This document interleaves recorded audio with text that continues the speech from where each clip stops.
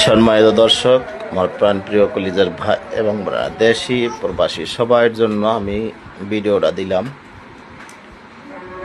উনি হচ্ছেন সৌদি প্রবাসী, ওনার দোকান হচ্ছে জিজান। আমিও ছিলাম জিজানে 5 মাস। ওখানে সেনাবাহিনী ক্যান্টনমেন্ট হয়েছে 360-70টার মতো মানে বিল্ডিং, সবগুলো 3 তলা 4 তলা।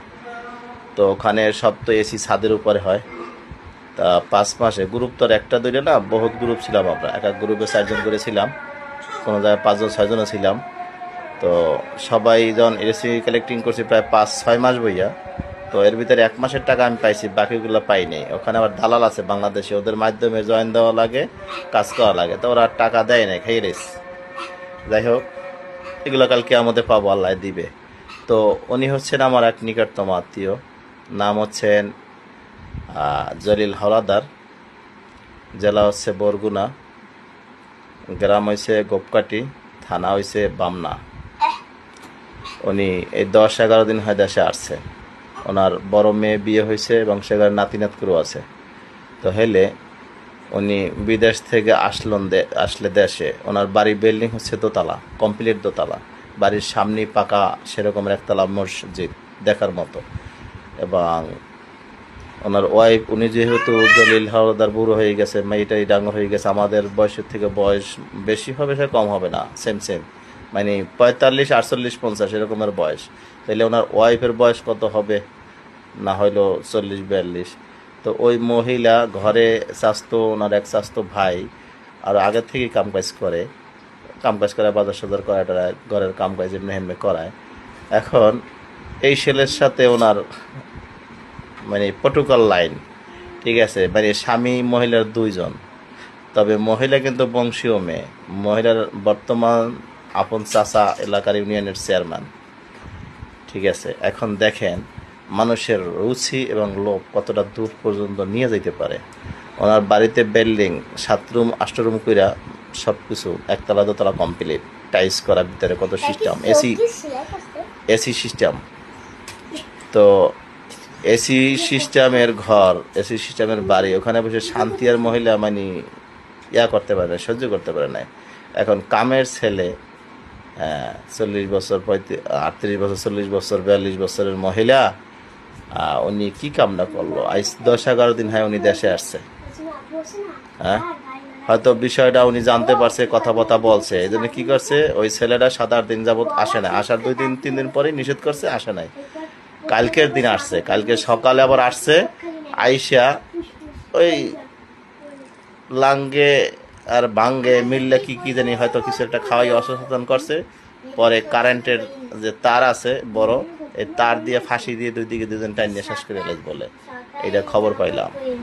তো চিন্তা করেন, আমরা প্রবাসীরা বিদেশে কিসের জন্য যাই, কাদের জন্য যাই বলেন? আমাদেরকে দুনিয়া দেখাইছেন কে? মা বাপ, ওনাদের জন্য। এবার বিয়ে করলে হয় কি, স্ত্রী আর ভাই বোন তো আমাদের প্রটোকল আছেই আমাদের সাথে, কারণ এরা হইলে কি বাপের অংশীদার, রক্তের গ্রুপ, এক গ্রুপের জন্ম আমরা। বাবা মার কারণেই তো আমরা ভাই বোন। কোনো ঘরে 1 জন, কোনো ঘরে 2 জন, কোনো ঘরে 5 জন 7 জন 10 জন, মানে সিস্টেম অনুযায়ী। তো ভাই বোন তো আমাদের থাকবেই। এবং এখন স্ত্রী অন্যের মেয়েকে বিয়ে করে বাড়িতে আনে কিসের জন্য? দেখেন, আইস স্ত্রী হইয়া স্বামীরে তার কি বলে, বা আমাদের বাংলাদেশি ভাষা, এলাকার ভাষায় বলে লাং, মানে দ্বিতীয় জামাই, গোপন জামাই। এই গোপন জামাই লইয়া আপন জামাইটারে শেষ করছে। উনি এই পুরুষটা যে বিদেশে থাকে, ওনারও তো মনে চায় বউর কাছাকাছি থাকতে, কিন্তু কাদের জন্য টাকা পয়সা কামাই করছে? মনে করেন 1 কোটি টাকার মতো মাল সম্পদ, টাকা পয়সা লইয়ে ব্যাংক ব্যালেন্স আছে, স্বর্ণপাতিও আছে 210 ভরির মতো, এবং দোতলা বিল্ডিং কমপ্লিট করা, ঠিক আছে। তাহলে এগুলো করছিল কাদের জন্য? বিদেশে ভাইয়া উনিও তো কষ্ট করে, প্রত্যেক রাত্রে বউ ছাড়া যখন শোয় তখন কষ্ট সব পুরুষেরই হয়, তাই মহিলাদেরও সেমই হয়। তো মহিলার এগুলো করার কি দরকার ছিল? আবার করছো বেশ ভালো, ডাকলো এসে ফিরে যাও, নিষেধ বন্ধ থাকো। উনি তো আসছে দেশে 1 মাস থাকবে জোরালি, অথবা 2 মাস থাকবে, বা নিজের যেহেতু কোম্পানি নাই, নিজেই সব কিছু করে, ওখানে বসিয়া ফ্রি পাবে। 6 মাসই থাকলো। তো 6 মাস তোমার জামাই একজন আছে কাছাকাছি, ওনার লইয়া চাষবাস করো। কিন্তু দেখেন 2 নাম্বার যে স্বামী, গোপন স্বামী, এটার চাষবাস লাগবে, এটার তা লাগবে না, এই জন্য এটারে মেরে ফেলাইছে। এটা হচ্ছে দেশের পরিস্থিতি। মানুষের ইমান আখলাক না থাকলে যে কোন পর্যায়ে তারা যাইতে পারে চিনতে পারেন। আমি আপনি আমরা সবাই মানুষ, এক মানুষ আর এক মানুষকে যদি হত্যা করি বিনা কারণে, আমাদের তো আইন অনুযায়ী নাই, হাতও দেওয়া যায় না, ঠিক আছে। এটা সরকারিভাবে দেখবে তো হয়তো তারা আইন অনুযায়ী এটা বিচার করবে। এ বিচার নয়, তারপরও আল্লাহ তালা আবার বিচার করবেন। তাহলে আমি যদি একজনকে মারি বা একজন যদি আমাকে মারে, সে কী করলো? এহকাল পরকাল দুইকাল খাইলো।